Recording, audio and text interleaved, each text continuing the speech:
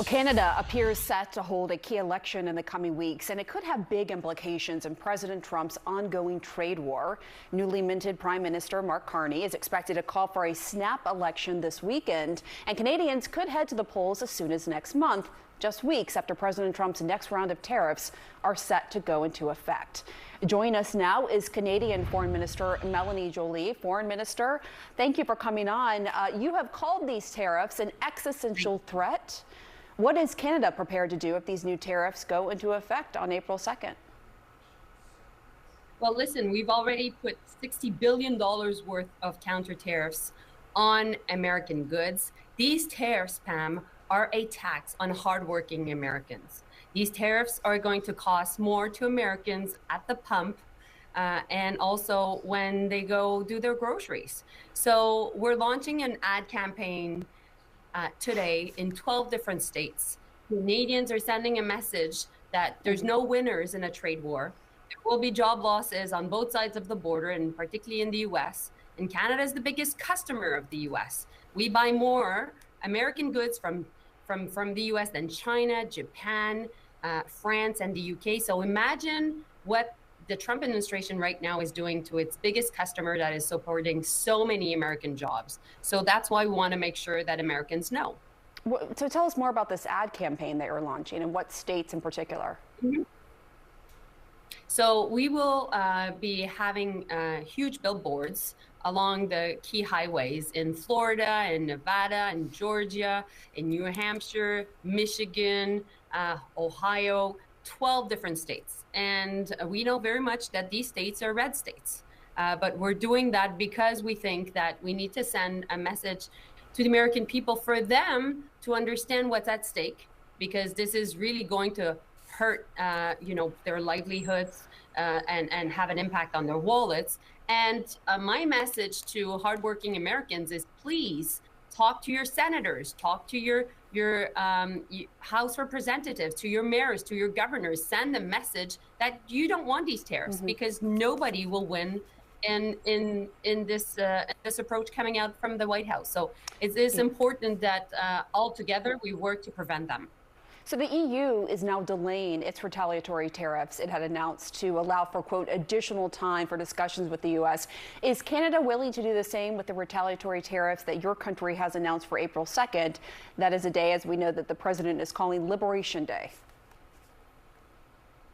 So what we said is that we would be ready to put $150 billion worth of tariffs against the tariffs imposed by the White House because of a pause on one of the executive order coming out of the White House. We decided to pause the rest of the tariffs, the $90 billion worth of tariffs that are still under consultation here, just to show goodwill. I've had some conversations with Marco Rubio, the Secretary of State. I've been in contact also with key Republican senators, including Lindsey Graham. My colleagues within cabinet have been in contact also with Howard Lutnick and Mr. Bessent. And so our job is to make sure that while we put pressure, at the same time, we're really willing to discuss. But at the end of the day, we very know, Pam, that people watching us right now in the States are the only ones that can really influence what's going on in the White House, because ultimately they're the first victims of these taxes that are imposed by their federal government against them. Do you think that President Trump is using these tariffs as a sort of economic force to annex Canada? He had said previously that he would be willing to use economic force against Canada to achieve his objective. Yes, he has mentioned that. And so when President Trump speaks, we take him to his word. And so in that sense, Canadians are fighting back at home, right here in Canada where I am.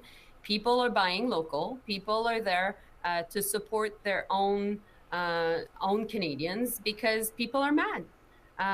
They're infuriated. Imagine the case of another country saying that they don't recognize the borders of the U.S., that they're threatening the sovereignty of American territory. How would Americans react? They would say, no way, it's unacceptable. Well, that's exactly how Canadians are reacting right now. And I want to highlight something the president said this week. Take a listen.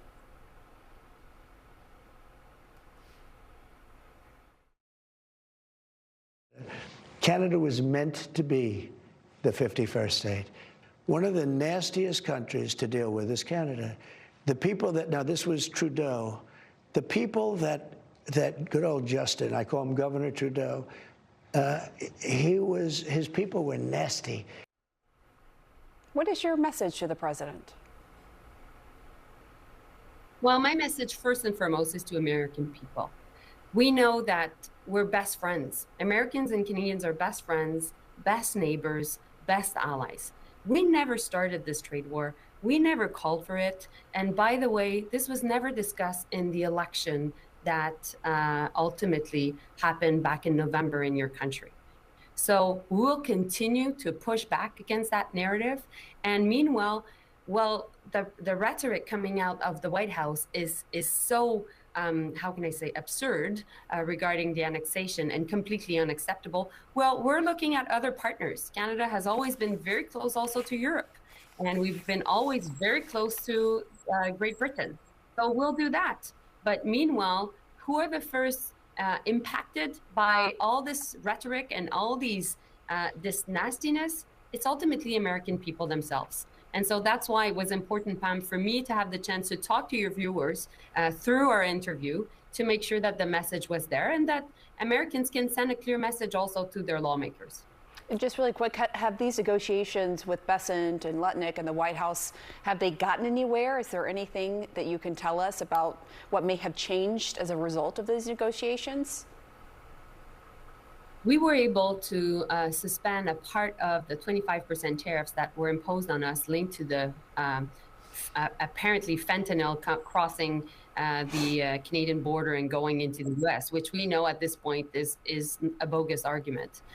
We've been working hard on protecting our border on both, working really hard also with the American administration. We think that there are too much American lives and Canadians' lives that are affected by fentanyl, the scourge of fentanyl. Some days per capita, there are more people dying of fentanyl in Canada than in the US. So we have to work together. That's why we put more boots on the ground at the border, more Black Hawk helicopters, more also work being done through a strike force between Canada and US to counter fentanyl.